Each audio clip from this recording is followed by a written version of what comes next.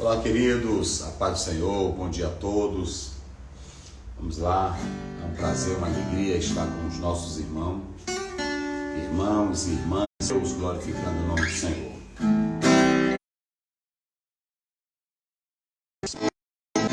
Para Israel murmurou, oh não, vê que Deus está perto, jamais seu auxílio negou. Em vez de murmurares, canta um hino de louvor a Deus. Jesus quer te dar vida santa, qual noiva leva as irmãos murmurando, tal como um escravo do mal. Se Deus a tua fé está provando, não tem razão para tal. Deus castiga aquele a quem ama, de ti também não esqueceu. Qual Pai amoroso te chama e cuida-se do que é seu. Em vez de murmurar e cantar um hino de louvor a Deus, Jesus quer te dar vida santa, qual noiva levaste para o céu. E mesmo se as ondas fugirem no revolto e bravio mar, os céus poderás se habitar. Não temas cilada, deves olhar a terra, um hino de louvor a Deus.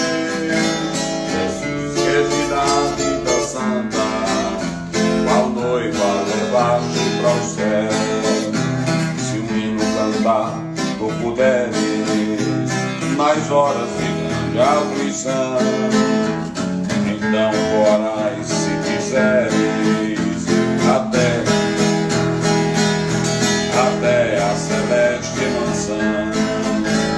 Nas asas da águia levado, bem perto do mar de cristal, e por vir então libertado, a terra chega celestial. Em vez de murmurares, canta um hino de louvor a Deus. Jesus quer te dar vida santa, qual noiva levaste para o céu.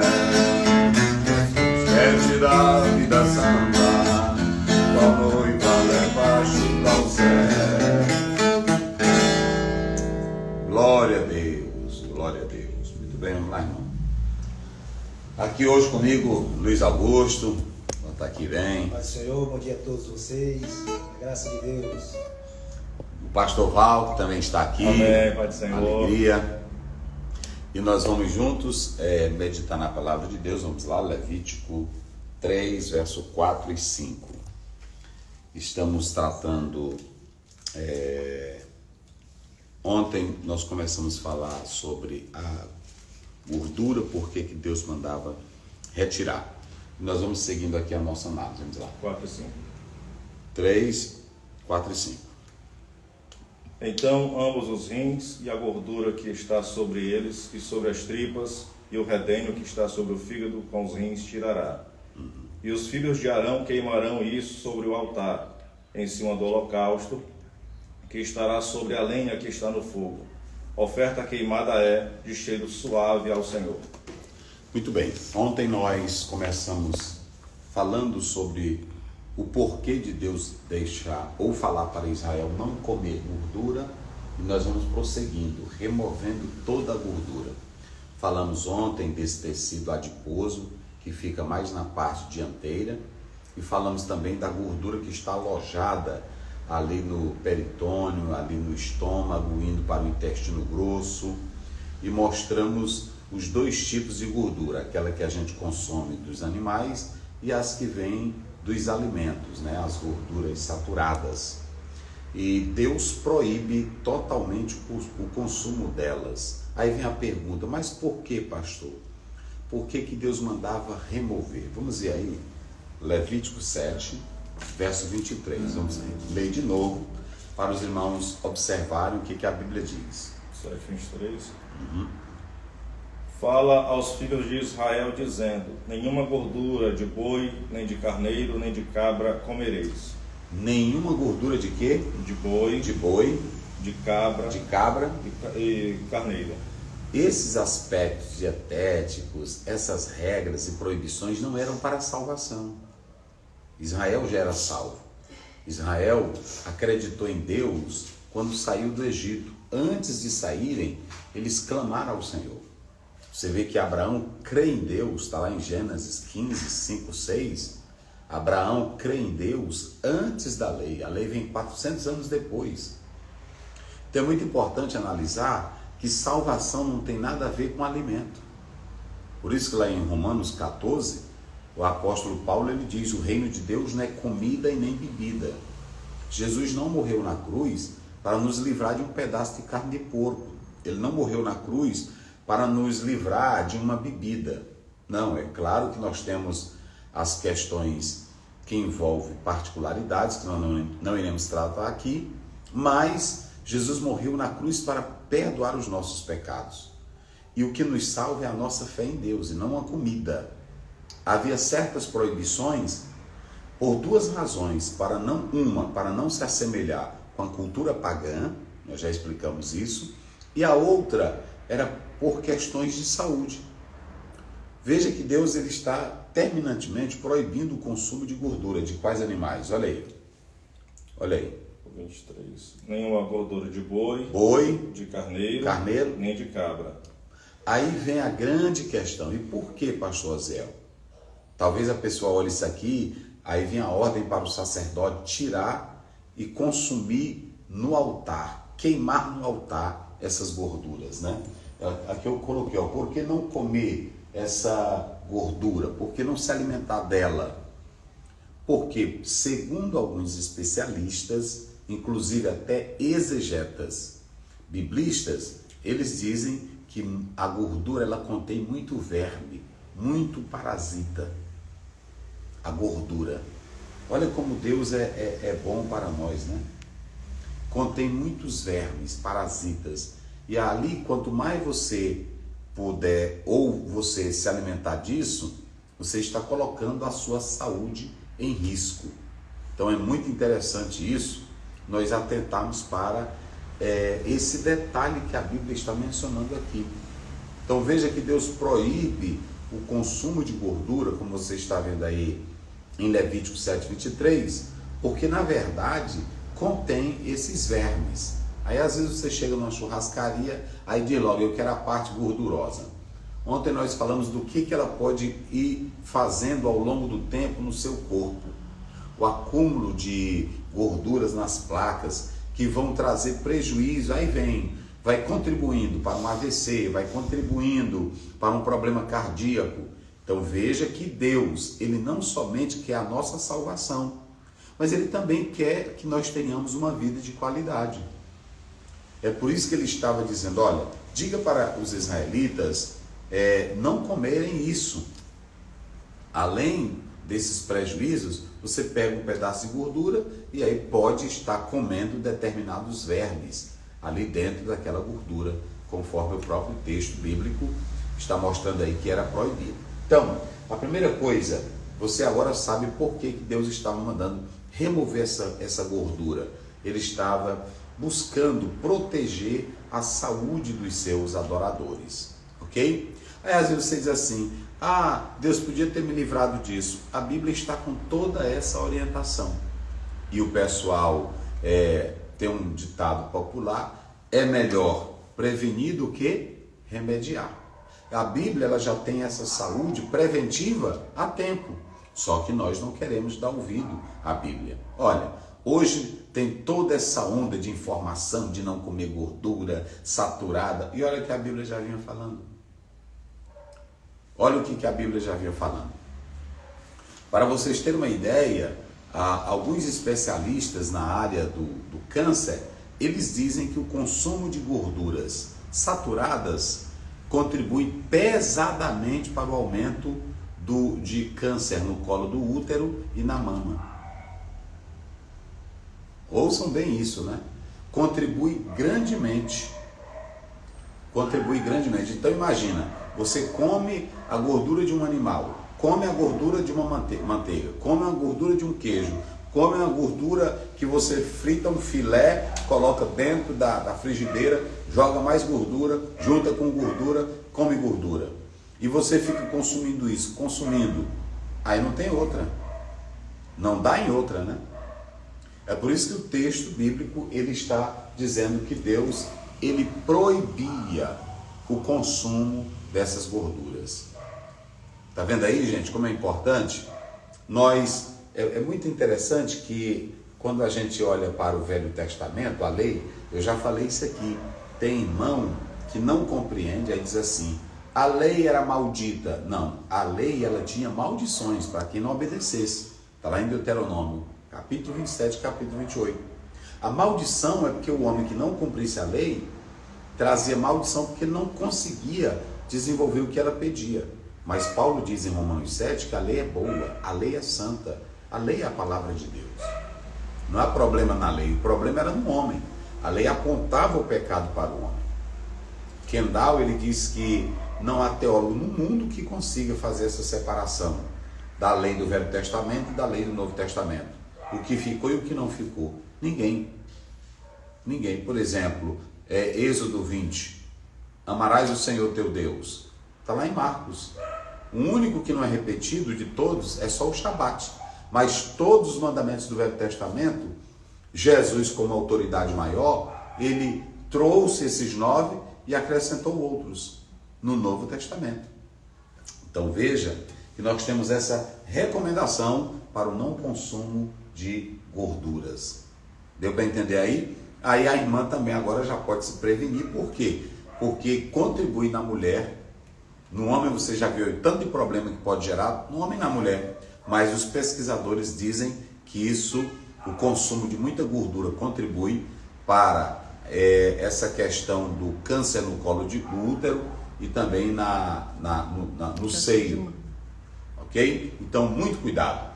Aí nós temos aqui a palavra rins. Vamos voltar lá para o 4, verso 5, né? 4 e 5. Isso. Então, o sacerdote ungido tomará do sangue do novilho e o trará. Não, é o Levítico, né? É Levítico 3, né? 3, 4 e 5. É. Então, ambos os rins e a gordura que está sobre eles e sobre as tripas e o redênio que está sobre o fígado, com os rins tirará. Pronto. Se tirava, Deus estava dizendo, tira essas gorduras, separe, coloque à parte. Ele mandava tirar. E aí ele manda tirar, olha aí, você tem a palavra rins, não é isso? Rins. Interessante, aqui ela está no, kelaiot está no plural, ok? Essa palavra ot é final, né? Então você tem esse substantivo aí no plural, rins. E o mais interessante, olha como a Bíblia é linda, gente. Essa palavra rins, se vocês analisarem aqui dentro do texto hebraico, ela apontava para essa parte, essa figura desse objeto, porque quando você observa keli, essa palavra keli no hebraico, ela falava de um artigo, de um vaso, de um implemento. Então, essa daqui ela procede dessa keli, que aponta para esse vaso, apontava aí para esse artigo, esse implemento. Agora, os rins, eles eram vistos como utensílios dentro da definição hebraica. Só que no cotidiano, os judeus entendiam a palavra rim apontando para o lado emocional. Veja como isso é interessante. Eles diziam que era o lugar da emoção, eles diziam que era o lugar da afeição. Era assim que eles compreendiam. Por isso que se fala em entranhas, se fala em rins, se fala em coração, como leve, que era o todo, mas rins, eles diziam que apontava para a emoção, apontava para a afeição, era o centro, era o local onde se tinha as emoções. Enquanto que o coração leve falava da parte do todo, os rins falavam da emoção. E aí vai lá para a filosofia, me parece, não estou bem lembrado, mas me parece que Aristóteles, ou outro filósofo, tratou sobre a questão das emoções ligadas aos rins, né? Isso é muito interessante. Por quê? Porque eles ensinavam que os rins seriam o centro das emoções, dos desejos e também da raiva. Olha a ideia deles.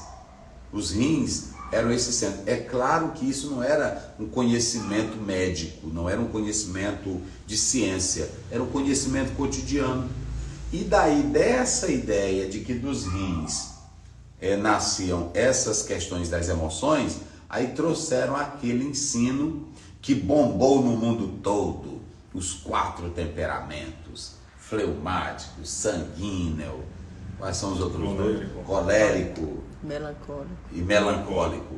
Aí pronto, e bombou. E hoje os especialistas, eles estão dizendo que ninguém pode provar isso. Aí eu vi mais os crentes, até pastor dando estudo. Você é fleumático, você é... O Pedro era sanguíneo. Meu Deus do céu. Aí pronto, o Pedro era sanguíneo, o Pedro era não sei o quê, e o fulano era não sei o quê. Fulano é fleumático. E aí, hoje, os grandes especialistas dizem que nada disso existe. Porque todos têm todos os temperamentos, né? É. Só um. Aí a psicóloga, fala aí, psicóloga. Não é isso que você acabou de dizer. Todos nós temos todos esses comportamentos. Só que na realidade realmente um aflora mais que o outro, né? Aí, tá vendo? Pois é. Agora eles fizeram isso baseado nessa questão aqui de dizer que essa glândula da adrenalina estaria no fígado. Isso não tem nada a ver. O fígado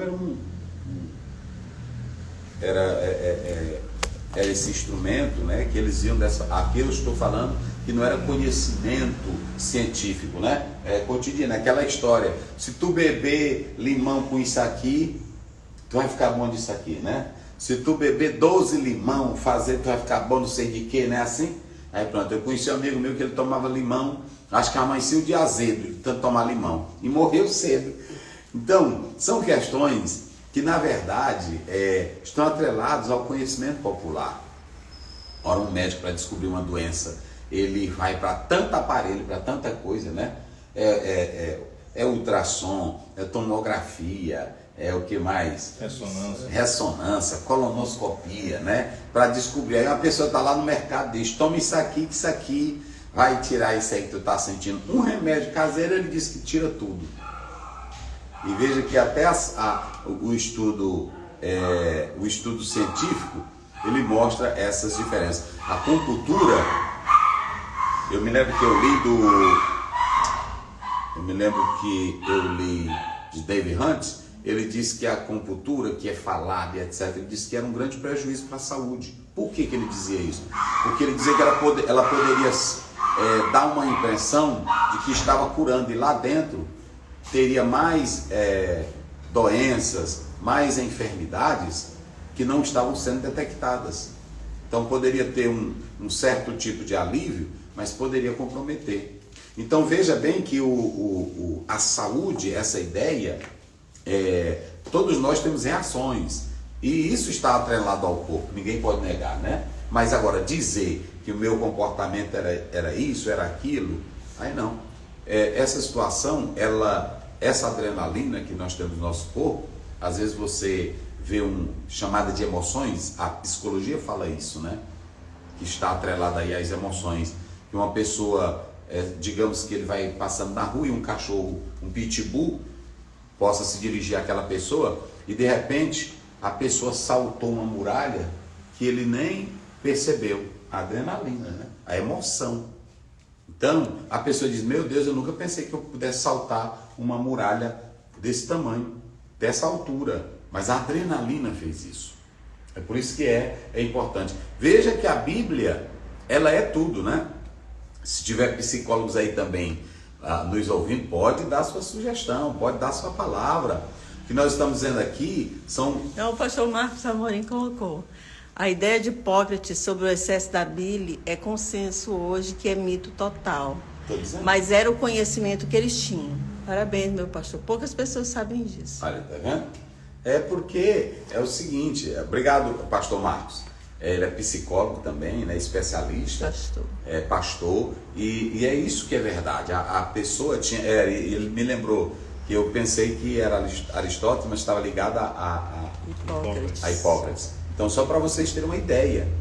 E tinha aquele negócio da lua, né? A lua influenciando, não tinha isso?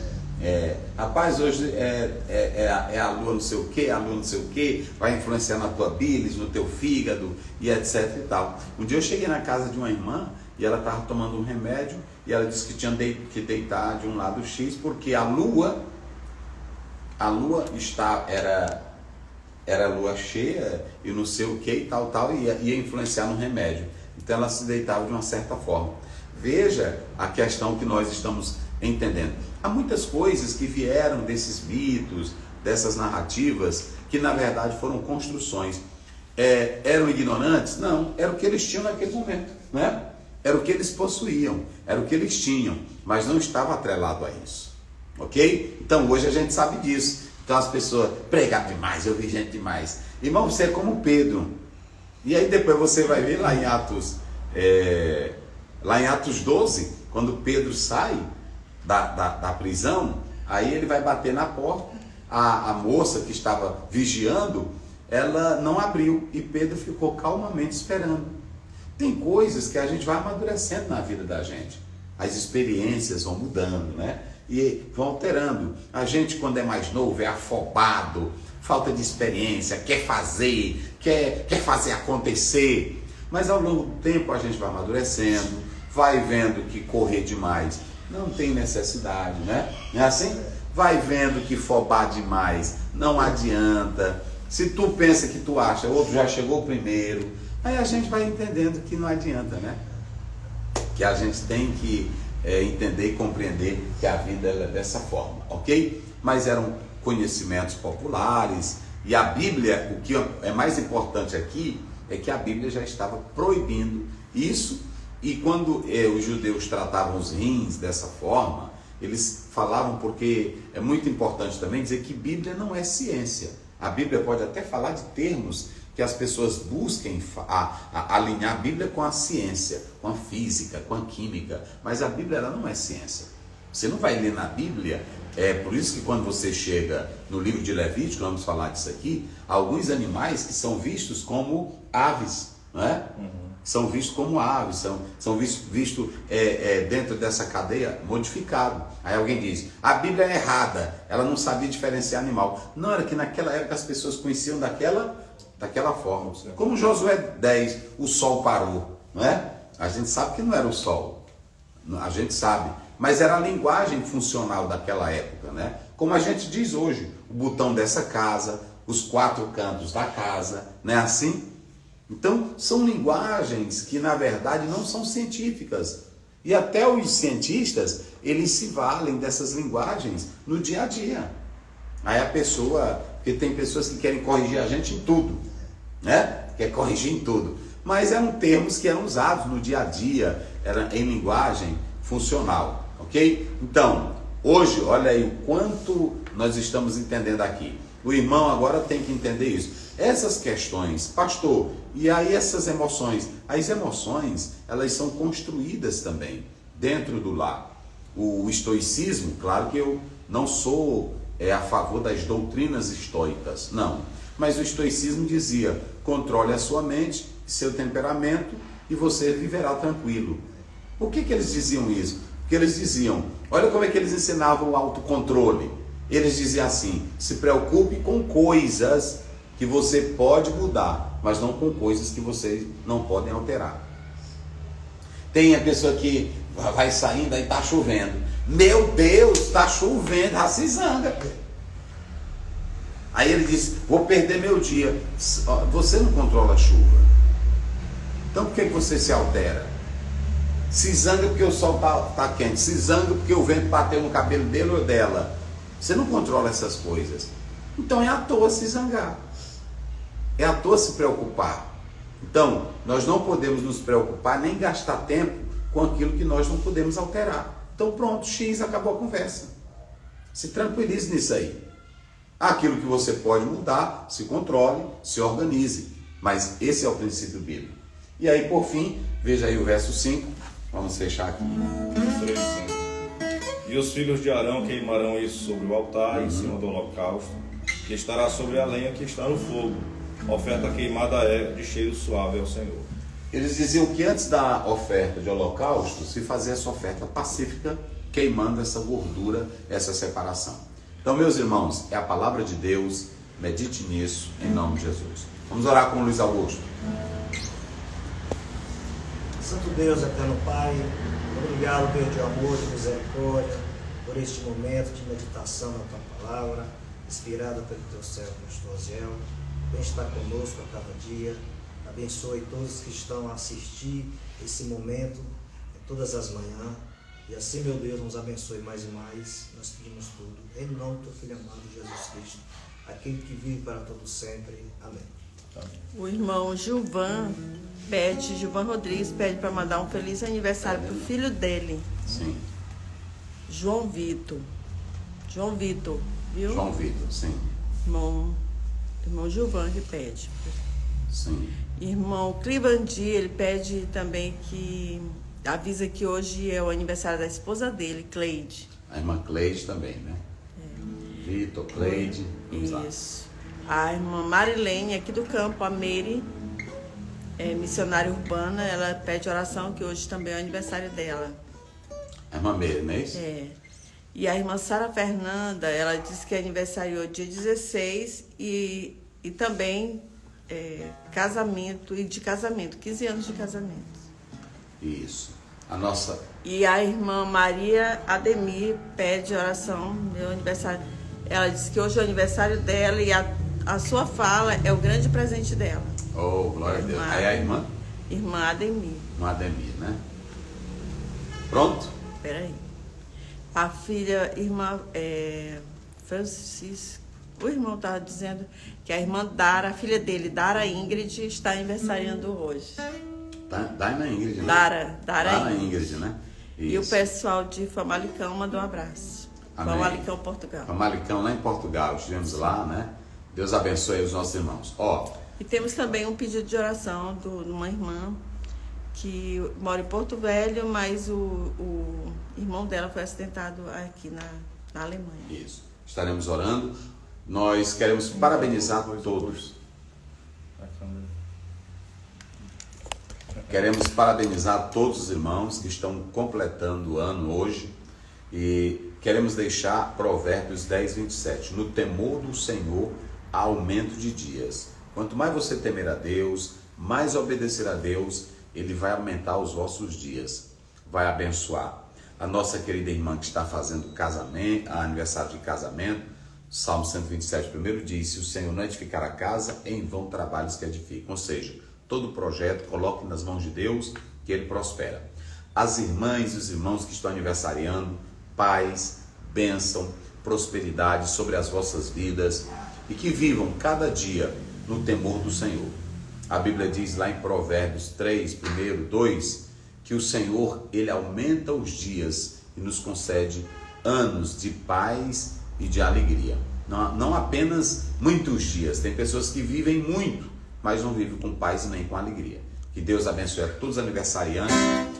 Parabéns para vocês nesta data querida, muitas felicidades, muitos anos de vida.